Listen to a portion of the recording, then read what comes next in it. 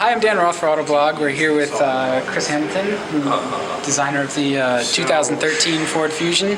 We're at the MIT Autonomous Vehicle Conference with the New England Motor Press Association. And I had a couple of questions, but what can you start off with in general about the 2013 Fusion?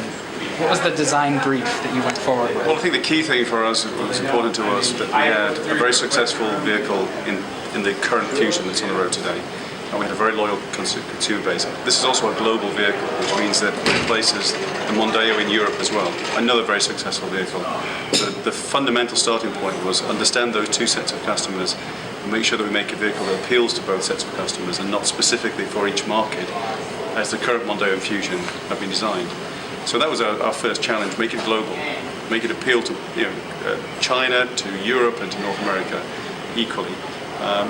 We started investigating, looking at the current design trends and also the current design languages of those two vehicles, which are quite different.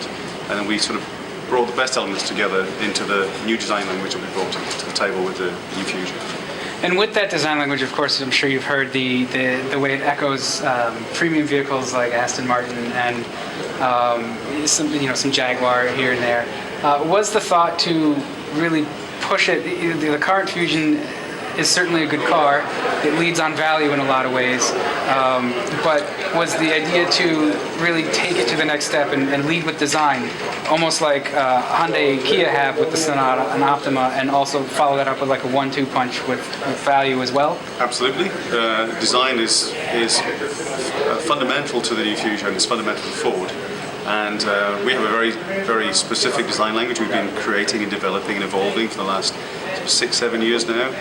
We started with a lot of passenger cars with kinetic design in Europe. We talked about that.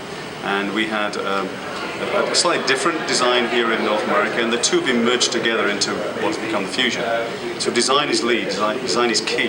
And for us, we knew that as a company we can deliver fuel economy, we can deliver best in quality ride and handling, we can deliver feature content and all the functional things that consumers need. What we wanted to make sure that we did with this vehicle was surprise and delight the consumer with the aesthetics of the car as well. So it became something that covered all their rational needs, but also covered their emotional needs as well. It was something that they really wanted to own and were proud to own.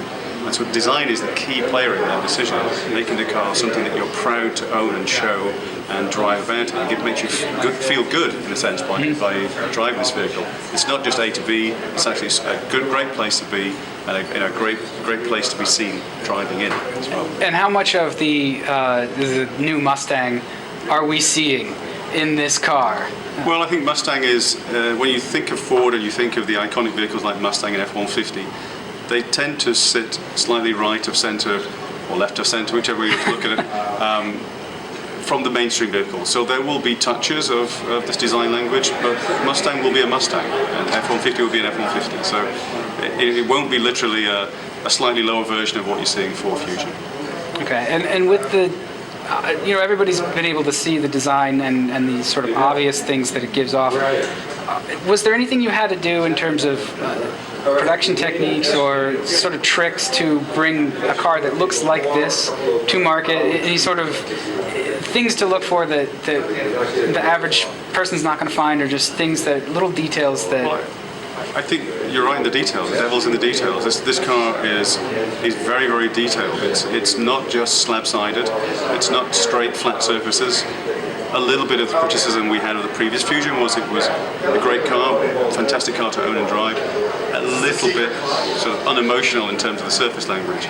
So from a strictly engineering point of view, this vehicle is a challenge to make.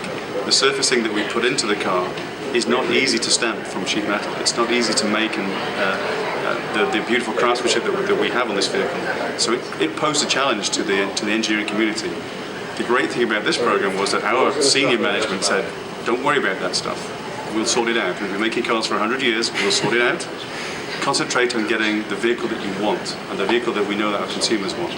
So there are things that you find, and you mentioned earlier about premium vehicles, there are things that you'll find on this vehicle that you'll find in premium vehicles. So the way that we've treated the metal, certain offsets between the glass and the wheel arches, certain things which give the car a certain gravitas on the road and a certain presence, which you won't necessarily find on budget vehicles, because they're really driven by cost. And we had a little bit of help in that area from the company. Make this car great.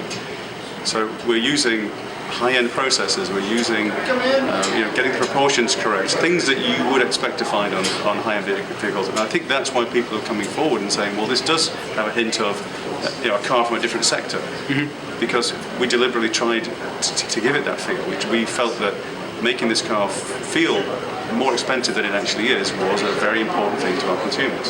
So that's what we tried to do. All right, last question. What's the one takeaway that you want everybody to know about the new Fusion? Well, it's clearly great, I suppose for sure. It's a beautiful looking car. I mean, number one, it's a car that will satisfy all the functional needs, and that's great. So does every car in the sector. Where this car stands out, I think when you actually get a chance to line it up next to the competitive vehicles, you'll see that this car will stand out from the crowd. And we wanted this car to stand out from the crowd because it was sophisticated and it was elegant. It wasn't just a jumble of lines and it was fussy. It's actually elegant. And that's very difficult to combine those two things. Functionality, load space, carrying 5 adults and luggage, and sleek and elegance. And we tried very hard to get that right. And that's the thing personally I'm most proud of. That I think we got that magical combination of delivering an elegant car that can actually satisfy functional requirements. All right. Thanks very much. You're welcome. Thank you.